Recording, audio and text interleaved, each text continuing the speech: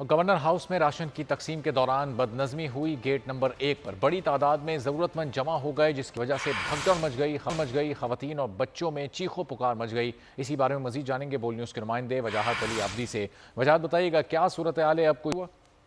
हाँ जी, देखिए मैं आपको बता चलूँ, गवर्नर सिंध कामरान खान टिसोरी की जानिब से ताकतवर पाकिस्तान यूनाइटेड फूड की जानिब से 20,000 के करीब राशन तकसीम किए गए थे 2 रोज के अंदर। आज 10,000 अफराद के अंदर राशन तकसीम करने थे, जिसकी रजिस्ट्रेशन का अमल 5:30 बजे के टाइम स्टार्ट हुआ था। आवाम की तादाद इतनी थी कि गवर्नर हाउस के गेट नंबर 4 से लेकर आवाम प्रेस क्लब राउंड अबाउट तक मौजूद थी, जिसके इंतजाम नाकिस किए गए थे, जिसकी वजह से आवाम में शदीद गम और गुस्सा पाया जा रहा था और आवाम मुश्तइल हो गई, जिसके अंदर बच्चे, बड़े और बूढ़े खवातीन भी मौजूद थी, जिनके लिए ना पानी का इंतजाम किया गया था, ना ही बैठने का इंतजाम किया गया था और रजिस्ट्रेशन के लिए सिर्फ एक ही डेस्क लगाई गई थी, जिसकी वजह से शदीद गम और गुस्से की वजह से आवाम ने वहाँ पर एहतजाज शुरू कर दिया, जिसके बाद गवर्नर हाउस का गेट बंद कर दिया गया और रजिस्ट्रेशन का अमल रोक दिया गया है। जी ठीक है वजाहत, बहुत शुक्रिया। इस बारे में आप भी जानते रहेंगे। अभी आपको ले चलेंगे गवर्नर हाउस के बाहर, जहाँ गवर्नर सिंध कामरान टिसोरी मीडिया से गुफ्तगू कर रहे हैं। 1000 लोगों को फैक्ट्रियों ने, सनतों ने निकाल दिया है।